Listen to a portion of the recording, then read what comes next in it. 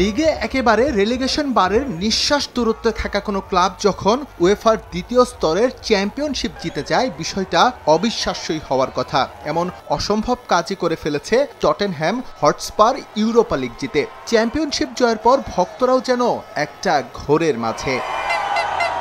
বিলবাওয়ের সান মামেসে ইতিহাস রচনা করে পরের দিন লন্ডনে ফিরেছে স্পার্স।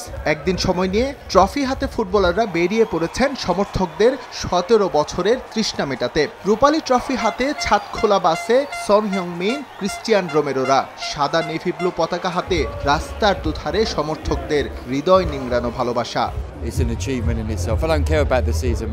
আমি এটা বিশ্বাস করতে পারছি না। টটেনহ্যাম লিগে ১৭ নাম্বার, ওরাই ইউরোপা লিগ জিতেছে। এটা অসম্ভব।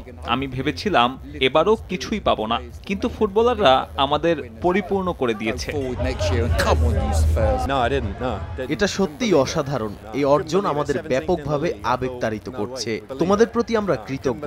ধন্যবাদ স্পার্স, আমাদের চ্যাম্পিয়ন করার জন্য।